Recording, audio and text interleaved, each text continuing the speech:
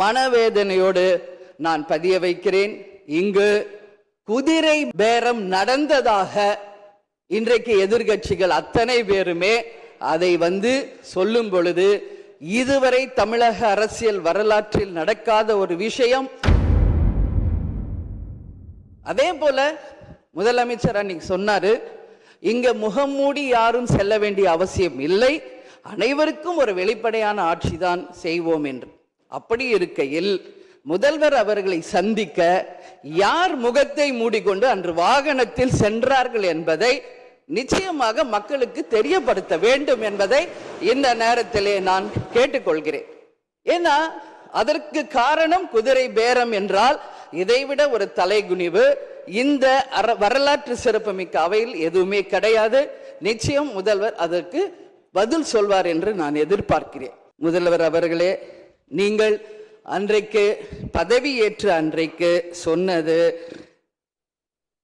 உங்களுடைய ஆட்சி வெளிப்படையான ஆட்சியாக இருக்கும், மக்களுக்கும் தமிழ்நாட்டுக்கும் ஒரு முன்னுதாரணமான ஆட்சியாக இருக்கும் அப்படின்னு தான் நீங்க அன்னைக்கு சொன்னீங்க. நாம் சொல்லும் செயலும் ஒன்றாக இருக்க வேண்டும் என்பதில் யாருக்கும் மாற்று கருத்து கிடையாது. இன்றைக்கு அவருடைய ராஜகுருவாக இருப்பவரை மிஸ்டர் ரத்தன் பண்டிட் என்பவரை அரசியல் சிறப்பு அதிகாரியாக அரசு வேலையில் அமர்த்தியதை ஒட்டுமொத்த தமிழக மக்கள் சார்பாக வன்மையாக இந்த வரலாற்று சிறப்பு மிக்க அவையில் நான் அதை குறிப்பிட கடமைப்பட்டிருக்கிறேன். அப்படி உங்களுக்கு ராஜகுருவா இருந்தா உங்க பர்சனலா அவரை வச்சுக்கணும். பட் அவரை அரசு உயர் பதவியில கொண்டு இளைஞர்களை நம்பி மக்கள் வாக்களிச்சிருக்காங்க. இந்த இளைஞர்களுக்கு நீங்கள் என்ன உதாரணத்தை சொல்கிறீர்கள், என்ன வரலாற்றை நீங்கள் சொல்ல விரும்புகிறீர்கள், வருங்கால இளைஞர்களுக்கும் எதிர்காலத்திற்கும் இதன் மூலம் என்ன மெசேஜ் நீங்க சொல்றீங்க அப்படிங்கறத நிச்சயம் தெளிவுபடுத்தணும்.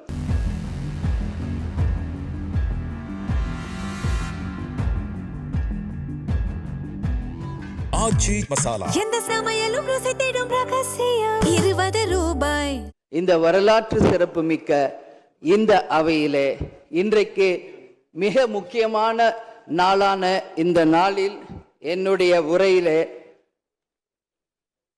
நேற்றே முதலமைச்சர் அவர்களுக்கு இன்றைக்கு பெரும்பான்மையை நீங்கள் நிரூபிக்க வேண்டும் என்று என்னுடைய வாழ்த்துக்களை நேற்றே நான் பதிய வைத்திருக்கிறேன்.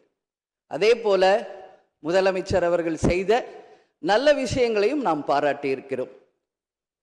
எதிர்கட்சிகளை எதிரி கட்சியாக நினைக்காமல் அனைவரையும் சந்தித்து அரசியலில் ஒரு மாண்பையும் மரபையும் நீங்க ஏற்படுத்தியிருக்கீங்க, வரவேற்கத்தக்கது. அதுபோல உங்களுடைய முதல் அறிவிப்பிலேயே சிங்கப்படை பெண்களை பாதுகாக்கவும், அதே போல மதுக்கடைகளை மூடுவோம் என்று சொன்னதும் மக்களால் வரவேற்கப்பட்டது. அந்த வகையில் முதலில் 717 மதுக்கடைகளை மூடியது ஒட்டுமொத்த தமிழக மக்களால் வரவேற்கப்பட்டது. கோவில்கள் மற்றும் பள்ளி வளாகங்கள் அருகில் இருந்த மதுக்கடைகளை முதல் முறையாக நம்ம ஃபர்ஸ்ட் ஸ்டெப்ல இன்னைக்கு மூடியிருக்கோம். அடுத்தது இன்றைக்கு மீனவர்களை பாதுகாக்க ஒரு அறிவிப்பு அரசாங்கத்தின் மூலம் வந்திருக்கிறது. அதையும் தேமுதிக வரவேற்கிறது. இதையெல்லாம் இருப்பினும் முதல்வர் அவர்களே, நீங்கள் அன்றைக்கு பதவி ஏற்று அன்றைக்கு சொன்னது, உங்களுடைய ஆட்சி வெளிப்படையான ஆட்சியாக இருக்கும், மக்களுக்கும் தமிழ்நாட்டுக்கும் ஒரு முன்னுதாரணமான ஆட்சியாக இருக்கும் அப்படின்னு தான் நீங்க அன்னைக்கு சொன்னீங்க. அதுபோல அரசு குடும்பத்தில் இருந்து வந்தவன் அல்ல, ஒரு எளிமையான குடும்பத்தில் இருந்து வந்தவன் தான் என்பதை முதலமைச்சராக நீங்க பதவி ஏற்றதை அனைவருமே வரவேற்றோம், மக்களும் வரவேற்றனர். நாம் சொல்லும் செயலும் ஒன்றாக இருக்க வேண்டும் என்பதில் யாருக்கும் மாற்று கருத்து கிடையாது.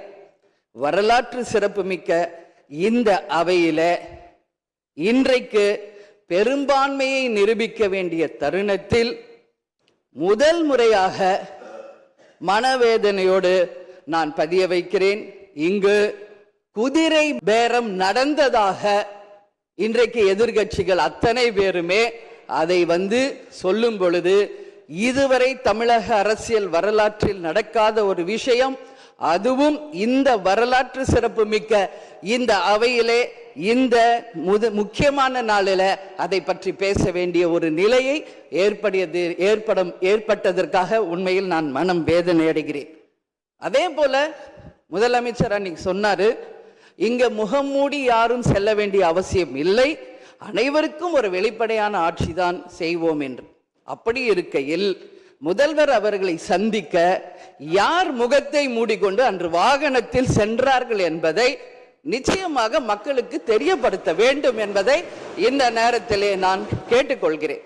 ஏன்னா அதற்கு காரணம் குதிரை பேரம் என்றால் இதைவிட ஒரு தலைகுனிவு இந்த வரலாற்று சிறப்புமிக்க அவையில் எதுவுமே கிடையாது. நிச்சயம் முதல்வர் அதற்கு பதில் சொல்வார் என்று நான் எதிர்பார்க்கிறேன்.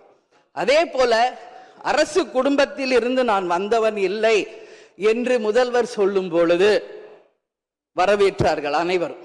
ஆனால் இன்றைக்கு அவருடைய ராஜகுருவாக இருப்பவரை மிஸ்டர் ரத்தன் பண்டிட் என்பவரை அரசியல் சிறப்பு அதிகாரியாக அரசு வேலையில் அமர்த்தியதை ஒட்டுமொத்த தமிழக மக்கள் சார்பாக வன்மையாக இந்த வரலாற்று சிறப்பு மிக்க அவையில் நான் அதை குறிப்பிட கடமைப்பட்டிருக்கிறேன்.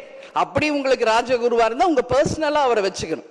பட் அவரை அரசு உயர் பதவியிலே கொண்டு வந்து இளைஞர்களை நம்பி மக்கள் வாக்களிச்சிருக்காங்க. இந்த இளைஞர்களுக்கு நீங்கள் என்ன உதாரணத்தை சொல்கிறீர்கள், என்ன வரலாற்றை நீங்கள் சொல்ல விரும்புகிறீர்கள், வருங்கால இளைஞர்களுக்கும் எதிர்காலத்திற்கும் இதன் மூலம் என்ன மெசேஜ் நீங்க சொல்றீங்க அப்படிங்கறத நிச்சயம் தெளிவுபடுத்தணும். ஏன்னா இன்னைக்கு மக்கள் ஜனநாயகத்தை நம்பி இளைஞர்கள் கையில ஆட்சியை கொடுத்திருக்கிறார்கள்.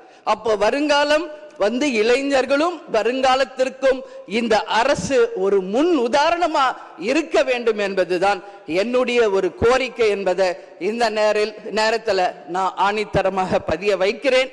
அது மட்டும் கிடையாது, இந்த ஆட்சி மக்களுக்கான ஒரு நேர்மையான ஆட்சியா இருக்கணும்.